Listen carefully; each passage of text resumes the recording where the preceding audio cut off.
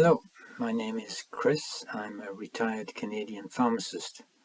Welcome to this 7-part series titled What Every Pharmacist in Canada Needs to Know About the Design and Teaching of Doctor of Pharmacy degree programs. This is Part 2, The Changing Nature of Pharmacy Practice. Canadian Pharmd programs should be judged against healthcare challenges facing Canadians. Governments across Canada and worldwide a challenge with the oversight responsibility for the safe, effective and economical delivery of healthcare.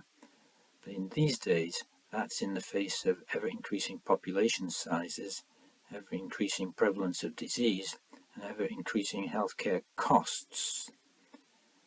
The approach taken by governments to address the healthcare challenges has been to devolve responsibilities, to ask professions, including the pharmacy professions, to accept increasing responsibilities for improving patient healthcare outcomes. We spoke in part 1 that it is the pharmacy practice community that has oversight responsibility for the education of pharmacy students in Canada. And in response to the government mandate, the primary step it took was to implement the Entry to Practice Doctor of Pharmacy degree program in Canada. To my mind, that was done in a half-hearted way. There was no review of the educational literature looking for contemporary evidence-based teaching methods suitable for Pharmd programs, and there was no attempt to educate the pharmacy practice community about the educational methods recommended for Pharmd programs. In effect, and again in my opinion, the profession was not well positioned to fulfill its oversight responsibilities for the education of pharmacy students when the introduction of the Pharmd program, the Entry to Practice Pharmd program, came about. I agree the name of the degree changed, but for the most part, it was the educational methods used in the old baccalaureate programs that were transferred over into the new programs in preference to evidence-based educational methods recommended for Pharmd programs.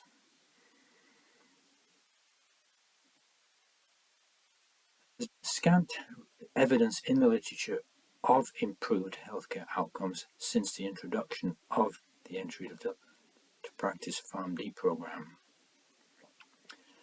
There has been the outstanding success associated with immunizations, but that has involved not just Entry to Practice Pharmd graduates, but it's involved all pharmacists regardless of their training.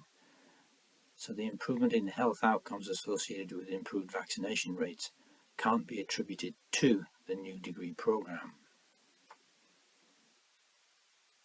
There are 10,000 pharmacies in Canada, and the vast majority of them are community pharmacies. Accordingly then, it's simple common sense that Pharmd graduates should be competent to offer a whole range of enhanced services in community pharmacy settings. As an example, patient self-care is crucial for the successful management of many chronic diseases. It follows then that Pharmd graduates should be experienced in teaching self-care for a variety of chronic diseases. Self-care programs for the care of patients with diabetes are taught by fourth-year students in American US Pharmd programs. So you can ask the question, why is that not being done here in Canada? More about that in the upcoming part 4, which will be devoted to advanced experiential education. Common sense. Give simple patient care responsibilities on a frequent and regular basis to students from the start of their program and throughout their program, combined with a steady diet of increasing patient care responsibilities. Now, having mentioned in part 1 that I will include quotes from the literature commenting on Pharmd programs, and the quote I've chosen for this part 2 is associated with faculty teaching skills. And again, I'll read the quote to make sure that I don't misspeak. Faculty members tend to teach the way they were taught, and most were taught with traditional lectures. End of quote. It's important to remember that very few pharmacy school faculty in Canada are trained teachers, and very few, if any, are educational scholars. I'll repeat the question I asked at the end of part 1, asking you to cast your minds back to when you were students.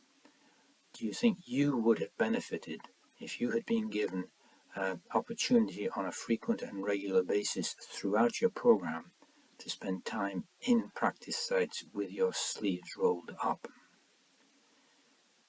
The answer to that is yes, and I encourage you to view all 7 parts of this series. I encourage you to talk to your colleagues, talk to your local, provincial, territorial, national pharmacy organizations, talk to your local pharmacy school, talk to the accrediting body, talk to anybody who will listen to you to encourage change in Pharmd program accreditation standards to reflect contemporary evidence-based educational methods recommended for teaching Pharmd students. Quick note with respect to the upcoming parts 3 and 4. Part 3 will be devoted to early and continuous experiential education. Part 4 is going to be devoted to advanced experiential education. Thanks for watching. Your questions, comments, and requests for background information are welcome.